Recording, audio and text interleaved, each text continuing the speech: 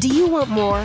More time, more balance, more love, more sex, more money, more real, and less bullshit? This is the Women Wanting More podcast with Dr. Karen Osborne. Real life, real stories, plus real tips to get you more of what you want.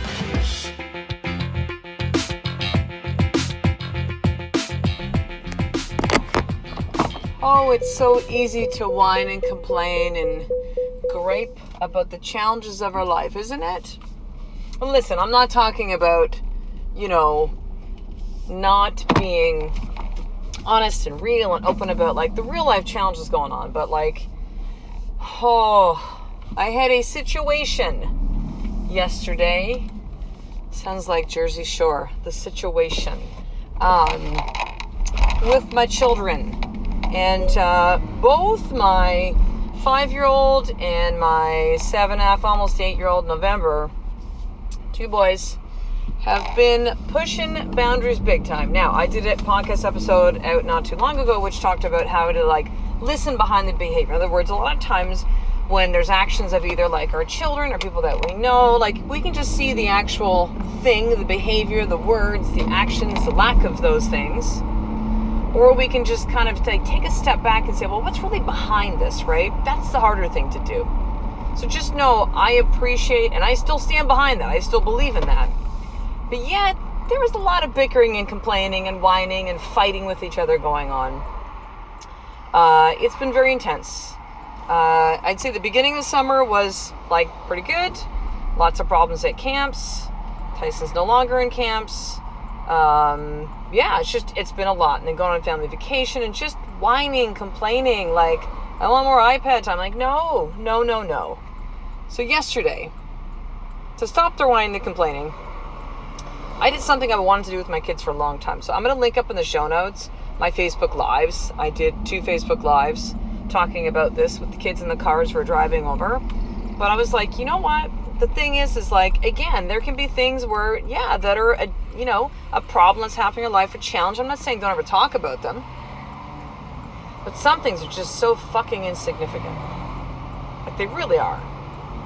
And for me, what has been true for me is that if I can go to a place of gratitude when I'm in that space, it changes things for me, right? It lets me really have an appreciation. It puts some perspective on it. And so I've been wanting to, for a while, take my kids to downtown Victoria, an area where there's a lot of homeless people. It's near a shelter, and I think there might be a methadone clinic and that kind of thing. And I was like, you know what?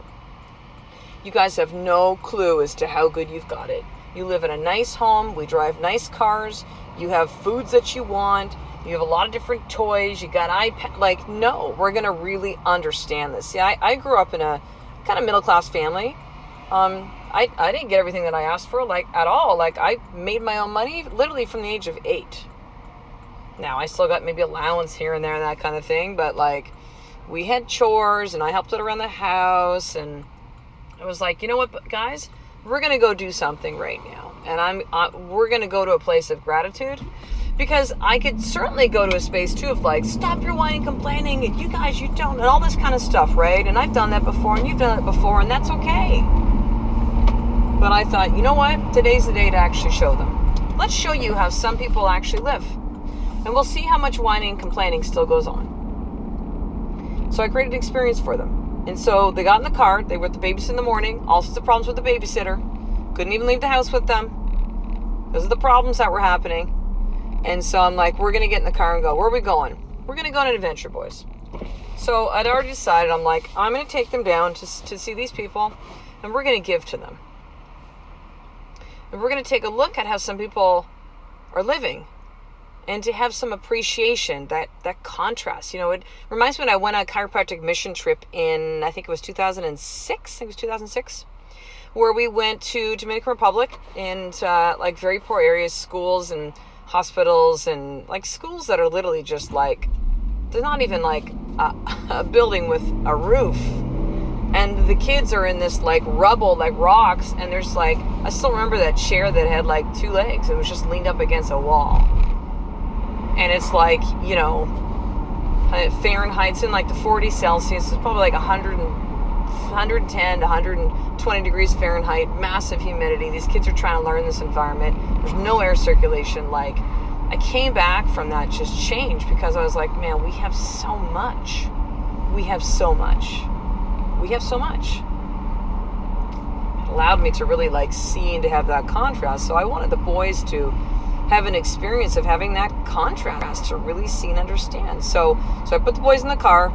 I'm like, Mommy's going to go into Save-On, which is a big grocery store chain out here in Western Canada. I'm like, I'm going to be like, I'm just going to pop in. I'm going to get a few things. And so I went and I got, peaches are in season now. So I got a whole kind of flat of peaches. I got 3 bags of apples. I got a bunch of granola bars.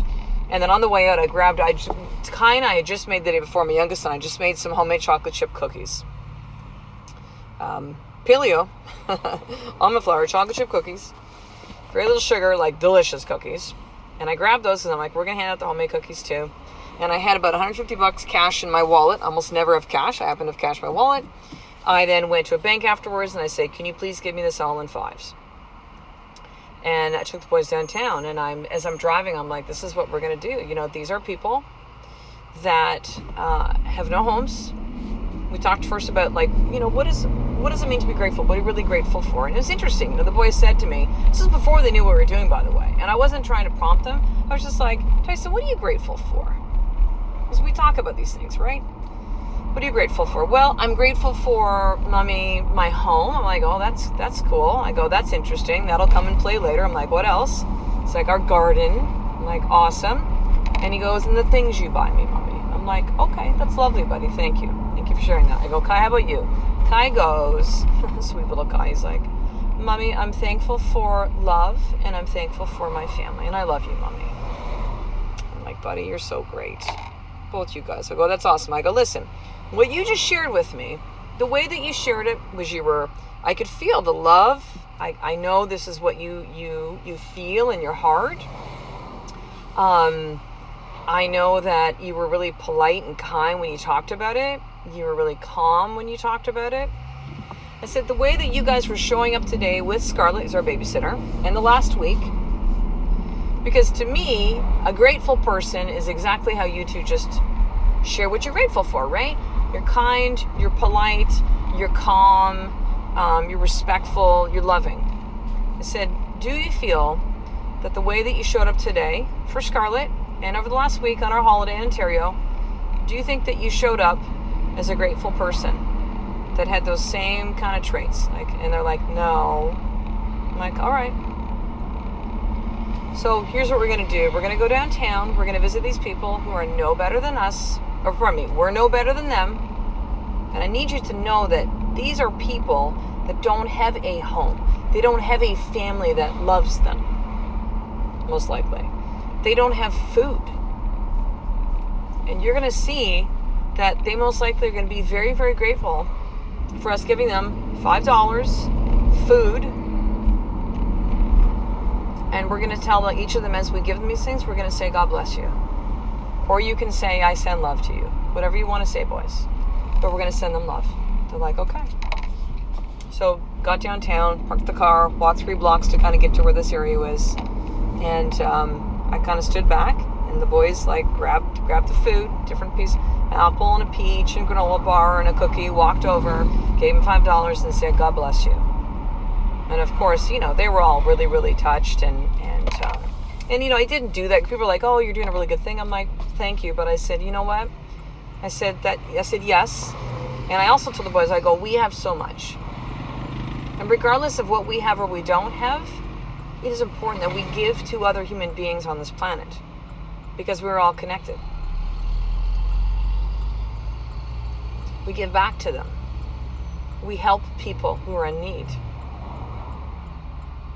And we do these things. And I also said to some of the people too, we're handing out the food and the money to, it's just like, listen, my kids don't understand. You know, they have a home, they have nice things. And so it's important for me to understand that they need to be grateful for what they have, number one, but that we give because we do have so much. So love to you and God bless you, sir. And, you know, I think, like, at first it was like, this is fun. I'm like, oh, okay. I didn't want it to be fun, but okay. Like, they're like, I'm like, what was that like for you? Like, we're going to talk about afterwards. Like, what did you learn? And I go, how did you feel when you did it? And Tyson goes, I felt happy. I was able to give them things, Mommy. Like, and they thanked me for it. And I said, yeah, it feels amazing to give, doesn't it? It feels better. It sounds so cheesy, right? But it's so true. Like, it feels better to give to people than to just get stuff, which you guys are so used to and often just ask to, like, give me stuff, right? And you don't understand that there's nothing wrong with having and wanting stuff. That's okay. But we need to give way more than we actually get. We need to give more than we get, sons. And then I asked Kai, I'm like, Kai, how did you feel? He goes, I felt sad, Mommy. I go, you did? Why did you feel sad? He goes, well, they don't have a home and they don't have food. I'm like, yeah, we can feel sad for them when we can feel empathy and compassion and love. And listen, I share this story to you right now. And this, you know, I get back and then the boys are fighting in the car. We're fighting over who's going to hand out the food. You know, I'm like, oh my God, like, I'm going to lose my fucking mind. I'm trying to teach you boys something and you're showing up like this. And I look over and Kai's eating one of the peaches. I'm like, dude, I'm hungry, Mommy. I'm like, you can go hungry a little longer and experience what these people do for like days. Might even have been weeks since they've had a piece of like fresh fruit. Like they were so thankful and so grateful. And again, I shared this with you, sister, not to go, oh, like I'm this great mom or like whatever. Because listen, it's not fucking easy doing this. You know that. But I wanted the boys to really understand that, listen, we can complain and whine about silly things. And my iPad isn't working. Oh my God, Netflix is so slow today, right? Like, oh, my food dropped on the floor. The dog ate it. Like things that just don't fucking matter. And I believe in times like that, it's important that we are grateful. And listen, even if you're in the pit, I've been in the pit several times over the last 3, 4, 5, 6 months of just like, what the fuck? And yet, in those times when it is most difficult to find something to be grateful for, you find one thing, sister, and you fucking grasp on that to pull yourself back up. And it's not about, you know, well, some people have it worse than me. No, because I think that downplays the challenges that you might be going through. I don't downplay the challenges I'm going through with my kids right now. The what I'm trying to figure out here with business, the spiritual awakening / breakdown that I feel that I experienced the beginning of it about 3 months ago. I don't downplay that and say, well, it doesn't matter. That's not important. No, it does matter for me. It is important.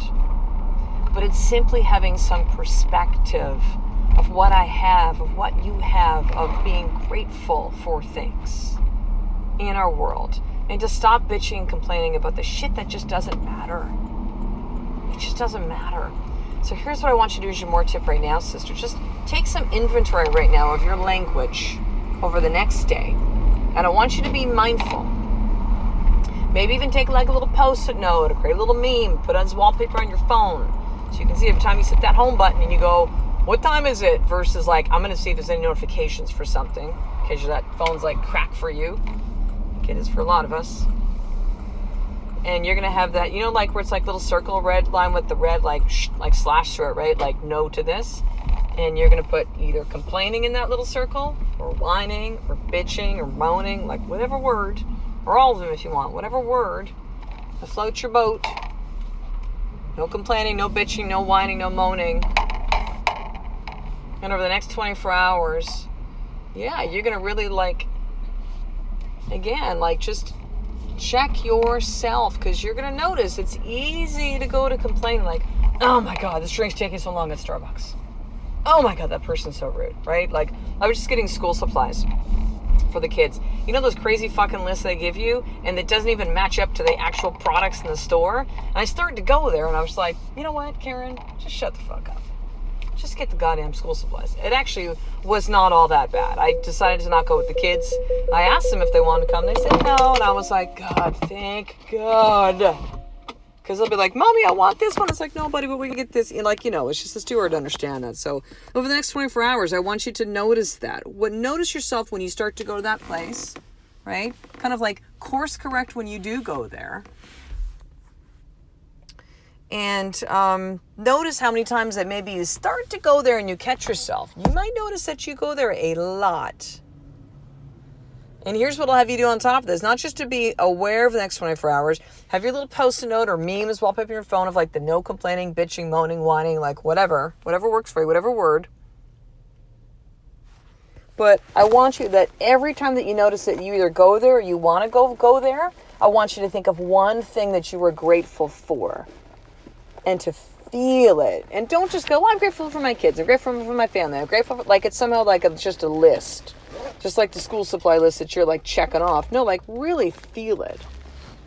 I was thinking of two friends of mine, Jill and Katie, and how much some stuff that I was chatting with them about through Voxer and Instagram and stuff yesterday, all virtually, and just like how grateful I am. These are amazing women that I met through a coaching program as part of a couple of years ago, and they're just like amazing. Like I'm so thankful for these two women in my life. And I really felt it. I really felt it as I was writing that in my journal this morning. So every single time over the next 24 hours that you find yourself going place, you want to bitch and complain about something silly, something insignificant, something that really doesn't matter in the grand scheme of things. I want you instead to think of one thing that you are grateful for. So for two things, for you to really shift the way that you are seeing things and showing up.